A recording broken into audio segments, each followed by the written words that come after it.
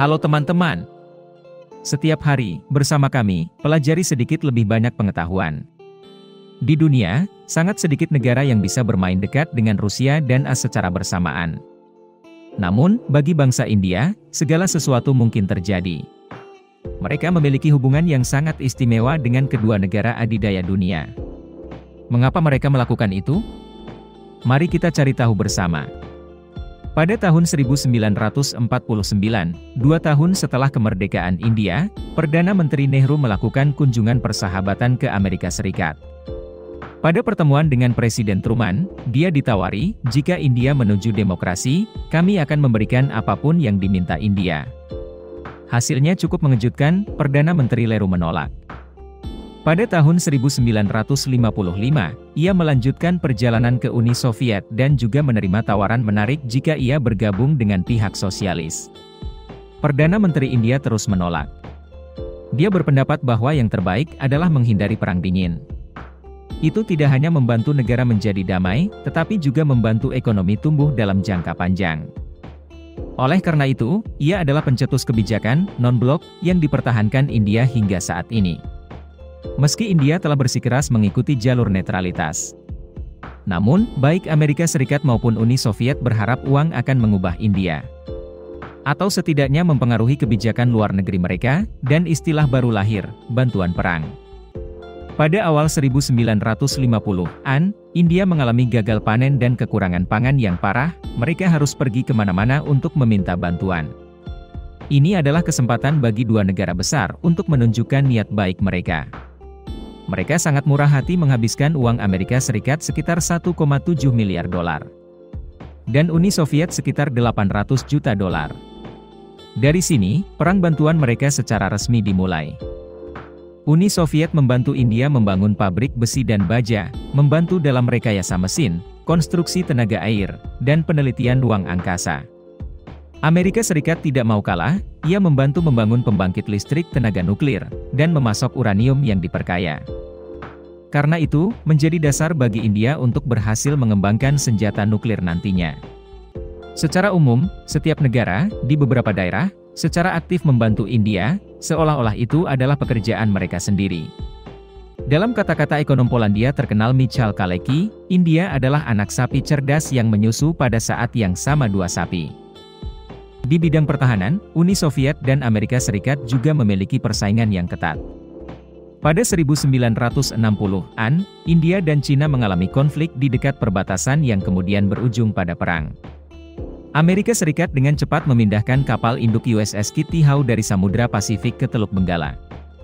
Pada saat yang sama, memberikan senjata, amunisi, barang-barang dan makanan kepada tentara India, membantu mereka untuk berperang. Saat itu, Cina melihat Amerika Serikat sebagai orang yang takut menjadi pucat. Mereka bergegas membawa pasukan mereka keluar dari perbatasan, meskipun mereka dalam posisi menang. Uni Soviet tetap bersikap netral, tetapi juga menandatangani kertas untuk mentransfer teknologi untuk memproduksi pesawat MiG-21 ke India. Meski sebelumnya, mereka menolak memasok ke Cina. Pada 1970-an, di bawah Presiden Richard Nixon, Amerika Serikat semakin bersahabat dengan Pakistan dan Cina, dua musuh India. Karena mereka bersedia bekerja sama dengan Amerika Serikat melawan Uni Soviet. Ini adalah periode paling volatilitas di antara ketiga negara. Uni Soviet mengambil kesempatan untuk menarik India ke sisinya, dan hubungan mereka memasuki zaman keemasan. Selama waktu ini, Uni Soviet membantu New Delhi melengkapi angkatan bersenjatanya dalam skala yang belum pernah terjadi sebelumnya. Dari senapan hingga tank, pesawat tempur, rudal, dan kapal perang. Semuanya dijual dengan harga yang sangat murah, dan sangat canggih pada saat itu. Bayangkan sekitar 90% senjata tentara India berasal dari Soviet. Sejak saat itu hingga akhir Perang Dingin, hubungan antara India dan Uni Soviet pada umumnya hangat, sedangkan hubungan dengan Amerika Serikat agak kurang bersemangat.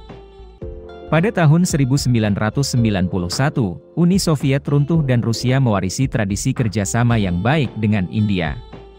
Hampir tidak ada konflik dalam hubungan mereka.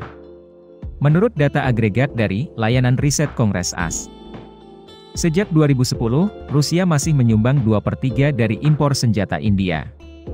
Baru-baru ini, mereka menandatangani perjanjian untuk mentransfer 5 sistem pertahanan udara S-400 yang terkenal senilai 5,5 miliar dolar. Di sini kita dapat membuat pengamatan yang sangat penting. India sekarang secara sistematis bergantung pada Rusia di sektor pertahanan. Artinya, setiap kali mereka ingin mengganti suku cadang senjata, mereka tidak dapat membelinya dari negara lain, karena mungkin tidak berfungsi dengan baik. Meskipun saat ini India juga mengembangkan industri pertahanannya sendiri. Tetapi banyak peralatan yang dibutuhkan untuk produksi bahkan harus dibeli dari Rusia. Oleh karena itu, lebih dari siapapun, mereka takut akan jatuhnya Moskow, karena jika terjadi perang, sistem senjata rusak, mereka tahu kepada siapa harus memperbaikinya. Selama bertahun-tahun, India telah mencoba melakukan diversifikasi sumber senjata impor. Namun, proses ini tidak dapat dilakukan dengan cepat, karena akan menghabiskan banyak miliaran dolar. Apalagi senjata dari Barat, terutama Amerika Serikat, selalu lebih mahal dari Rusia. Selain itu, saat permusuhan antara Rusia dan Amerika Serikat semakin dalam, Rusia mereka dapat menghukum India dengan tidak memberikan senjata penting. Maka situasi di India akan tegang. Pada dasarnya, hubungan kedua negara ini erat kaitannya dengan bidang pertahanan. Lalu bagaimana dengan Amerika Serikat? Sejak akhir Perang Dingin, arti penting Cina telah berkurang. Bahkan menjadi semakin bermusuhan, karena persaingan untuk mendapatkan pengaruh. Amerika Serikat telah menganjurkan untuk membangun kembali hubungan yang baik dengan India. Kami akan mengurangi proses dan hanya fokus pada hasil. Saat ini, Amerika Serikat menjadi mitra dagang terbesar India dengan nilai 113 miliar dolar. Jumlah ini jauh lebih besar dari Rusia yang hanya memiliki 11 miliar dolar.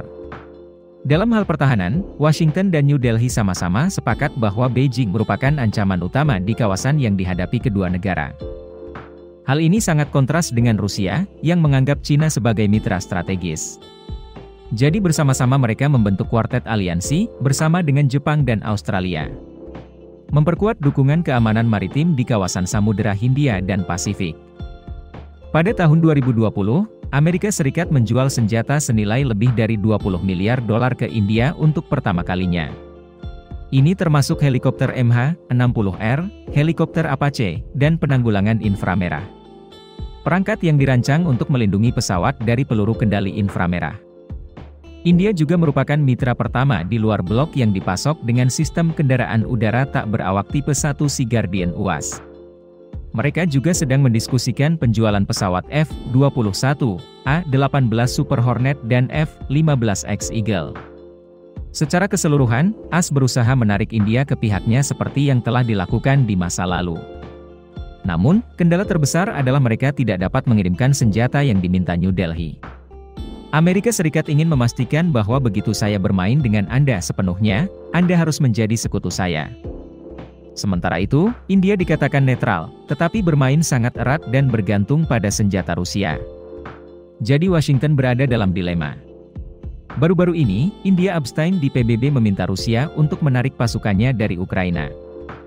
Ini bukan pertama kalinya mereka melakukan ini, sebagian besar resolusi melawan Rusia mereka melakukannya. Dan setiap kali Amerika Serikat kesal dan mencoba menarik India ke pihaknya. Dengan demikian, kita dapat melihat bahwa pernyataan ekonom Polandia tidak salah, India benar-benar anak sapi yang cerdas. Video berakhir di sini. Terima kasih semua untuk menonton dan menyukainya. Jika menurut Anda videonya bermanfaat, beri kami suka dan berlangganan saluran untuk mendukung kami. Sampai jumpa dan sampai jumpa lagi.